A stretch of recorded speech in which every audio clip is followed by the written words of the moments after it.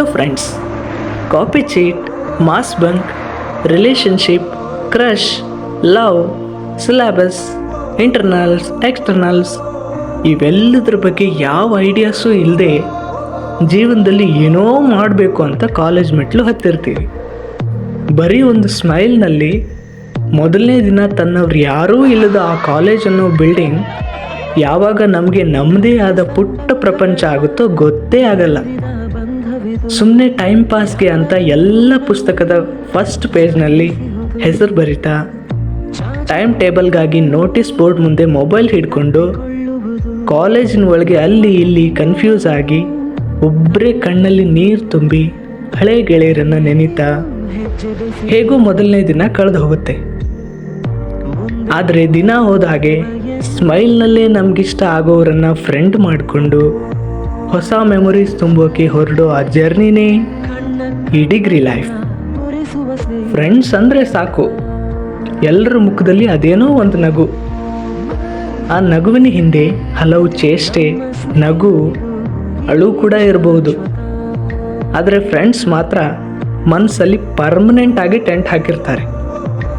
Class ಬಂದರೆ ಸಾಕು, ಲೆಕ್ಚರರ್ಸ್ಗೆ comment ಮಾಡ್ತಾ, ಬೋರಿಂಗ್ ಕ್ಲಾಸಲ್ಲಿ ನಿದ್ದೆ ಮಾಡ್ತಾ, ಟಾಲರೆನ್ಸ್ ಲಿಮಿಟ್ ಅಂತೂ ಮುಗದೆ ಹೋದಾಗ ಬಂಕ್ ಮಾಡ್ತಾ, ಖಾಲಿ ಪುಟದಲ್ಲಿ ಗೆರೆ ಎಳಿತಾ, ಜಗಳ ಆಡ್ತಾ, ಯಾರೋ ಹೋಗ್ತಿರೋ ಹುಡುಗಿನ ಅದಕ್ಕೆ ಅಂತ ಕರಿತಾ ನಮ್ಮ ಜೀವನ ಹೀಗೆ ಪಾಸ್ ಆಗಲಿ ಅಂತ ಇರ್ತೀವಿ.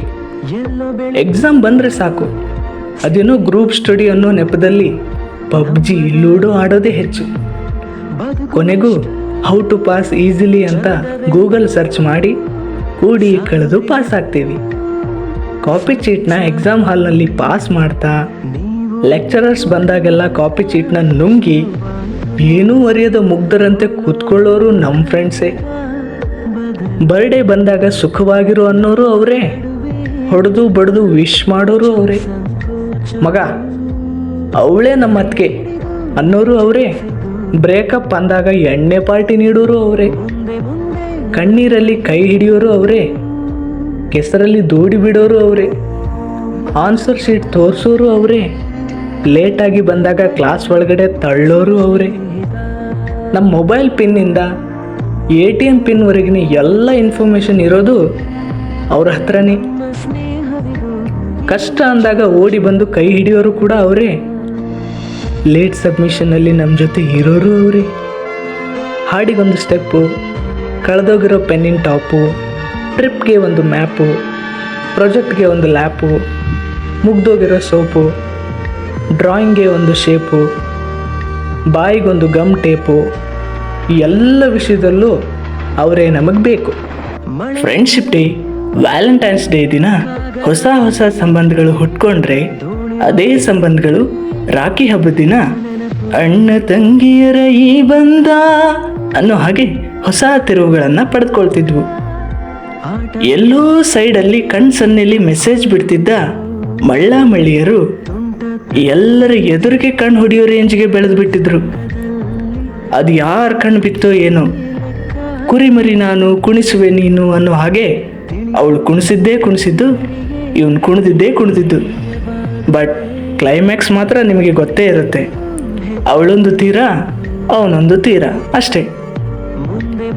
ಲಾಸ್ಟ್ ಬೆಂಚ್ನಲ್ಲಿ ಕೂತ್ಕೊಂಡು ಕಮೆಂಟ್ ಹೊಡೆಯೋದೇನು, ಸಿಕ್ಕಾಕೊಂಡಾಗ ಎದ್ದು ನಿಲ್ಲಿಸಿ ಮೇಡಮ್ ಕ್ವಶನ್ ಕೇಳಿದಾಗ ಏನೂ ಗೊತ್ತಿಲ್ಲ ಅನ್ನೋ ಹಾಗೆ ಅಮಾಯಕಂತರ ಡವ್ ಮಾಡೋದೇನು, ಕೊನೆಗೆ ಇವನು ಹೇಳೋ ಉತ್ತರ ಕೇಳಿ ಅಯ್ಯೋ ಅನ್ನಿಸಿ ಕೂರಿಸ್ಬಿಡೋರು.